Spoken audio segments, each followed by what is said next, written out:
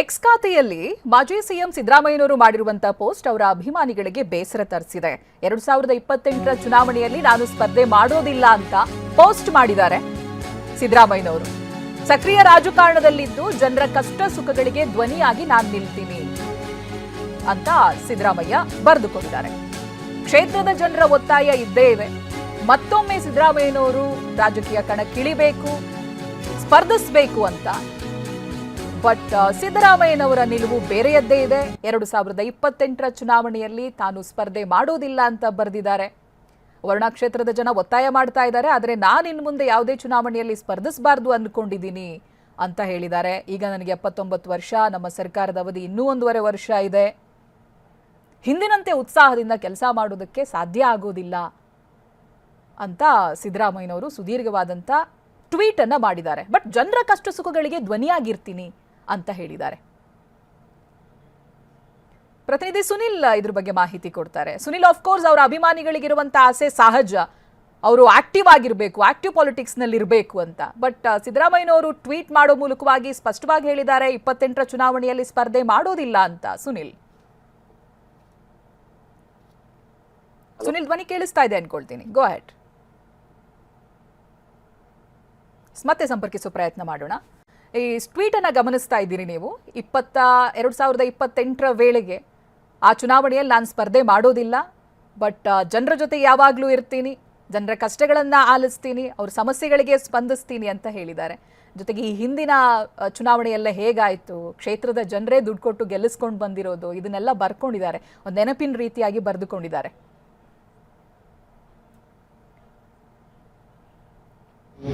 ಮತ್ತೆ 2028ಗೆ ನಾನು ಚುನಾವಣೆಯಲ್ಲಿ ಸ್ಪರ್ಧೆ ಮಾಡಲ್ಲ. 2028ಗೆ ನಾನು ಚುನಾವಣೆಯಲ್ಲಿ ಸ್ಪರ್ಧೆ ಮಾಡಲ್ಲ. 2028ಗೆ ನಾನು ಚುನಾವಣೆಯಲ್ಲಿ ಸ್ಪರ್ಧೆ ಮಾಡಲ್ಲ. ಮತ್ತೆ 2028ಗೆ ನಾನು ಚುನಾವಣೆಯಲ್ಲಿ ಸ್ಪರ್ಧೆ ಮಾಡಲ್ಲ. 2028ಗೆ ನಾನು ಚುನಾವಣೆಯಲ್ಲಿ ಸ್ಪರ್ಧೆ ಮಾಡಲ್ಲ. 2028ಗೆ ನಾನು ಚುನಾವಣೆಯಲ್ಲಿ ಸ್ಪರ್ಧೆ ಮಾಡಲ್ಲ. ಒಂದು ವೇದಿಕೆ ಕಾರ್ಯಕ್ರಮದಲ್ಲೂ ಕೂಡ ಸಿದ್ದರಾಮಯ್ಯನವರು ಅದನ್ನೇ ಹೇಳಿದ್ದಾರೆ, 2028ರ ಚುನಾವಣೆಯಲ್ಲಿ ನಾನು ಸ್ಪರ್ಧೆ ಮಾಡೋದಿಲ್ಲ ಅಂತ. ಸುನಿಲ್ ಇದ್ರ ಬಗ್ಗೆ ಮಾಹಿತಿಯನ್ನ ಕೊಡೋರಿದ್ರು. Sunil, go ahead. ಈಗಾಗಲೇ ಮಾಜಿ ಸಿಎಂ ಸಿದ್ದರಾಮಯ್ಯನವರು ನಿನ್ನೆ ಒಂದು KR ಪೇಟೆ ಒಂದು ಕಾರ್ಯಕ್ರಮದ ಹೇಳಿಕೆಯನ್ನ ಕೊಡ್ತಾರೆ.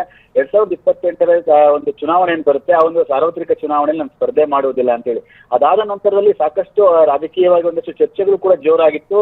ಆದ್ರೆ ಈಗ ಸಿದ್ದರಾಮಯ್ಯನವರು ಕೂತು ಒಂದಷ್ಟು ಸ್ಪಷ್ಟೀಕರಣವನ್ನ ಕೊಟ್ಟಿದ್ರೆ, ಒಂದಷ್ಟು ಈ ಒಂದು ಚುನಾವಣಾ ರಾಜಕೀಯ ಯಾವ ರೀತಿ ನಡೆಯುತ್ತೆ, ಚುನಾವಣೆಗಳು ಯಾವ ರೀತಿ ನಡೆಯುತ್ತೆ ಅದರ ಬಗ್ಗೆ ಕಳವಳವನ್ನು ಕೂಡ ವ್ಯಕ್ತಪಡಿಸಿದ್ದಾರೆ.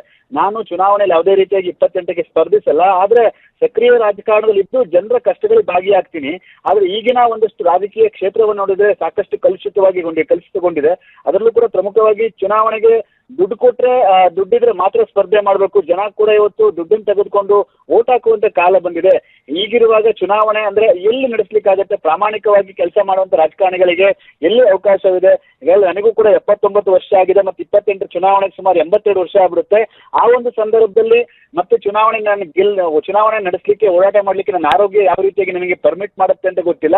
ಆ ಒಂದು ಹಿನ್ನೆಲೆಯಲ್ಲಿ ನಾನು ಚುನಾವಣೆಗೆ ಸ್ಪರ್ಧಿಸಲ್ಲ. ಅದರಲ್ಲೂ ಕೂಡ ಈಗಾಗಲೇ ಅವರ ಕ್ಷೇತ್ರದ ಒಂದು ವರ್ಣ ಕ್ಷೇತ್ರದಿಂದ ಸಾಕಷ್ಟು ಒತ್ತಡ ಇದೆ ನನಗೆ, ಆದ್ರೆ ನಾನು ಚುನಾವಣೆಗೆ ಸ್ಪರ್ಧಿಸ್ತಾ ಇಲ್ಲ.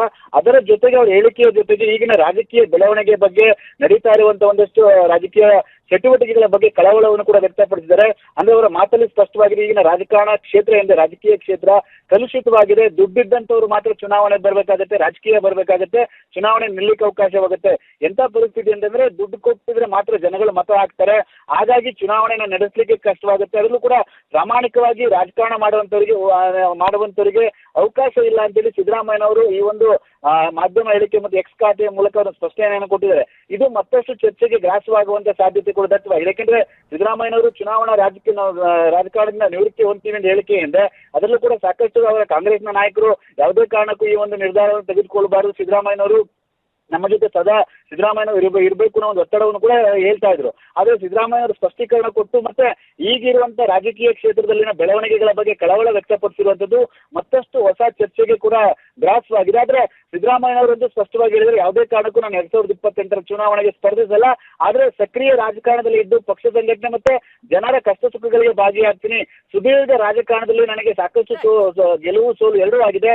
ಜನರ ಪ್ರೀತಿ ನನಗೆ ಹೆಚ್ಚಾಗಿ ಸಿಕ್ಕಿದೆ, ಹಾಗಾಗಿ ಜನರೊಂದಿಗೆ ನಾನು ಇರ್ತೀನಿ ಅನ್ನೋ ಒಂದು ಸಂದೇಶವನ್ನ ರವಾನೆ ಮಾಡಿದರೆ ಇದು ಮುಂದಿನ ದಿನಗಳಲ್ಲಿ ಕಾಂಗ್ರೆಸ್ ಪಕ್ಷ ಯಾವ ರೀತಿಯಾಗಿ ತೆಗೆದುಕೊಳ್ಳುತ್ತೆ, ಹೈಕಮಾಂಡ್ ನಾಯಕರು ಇದನ್ನ ಯಾವ ರೀತಿಯಾಗಿ ನೋಡ್ತಾರೆ ಕಾದ್ ನೋಡ್ಬೇಕಾಗಿದೆ. ಚೈತ್ರ, ಥ್ಯಾಂಕ್ ಯು ಸುನಿಲ್ ಮಾಹಿತಿಗಾಗಿ.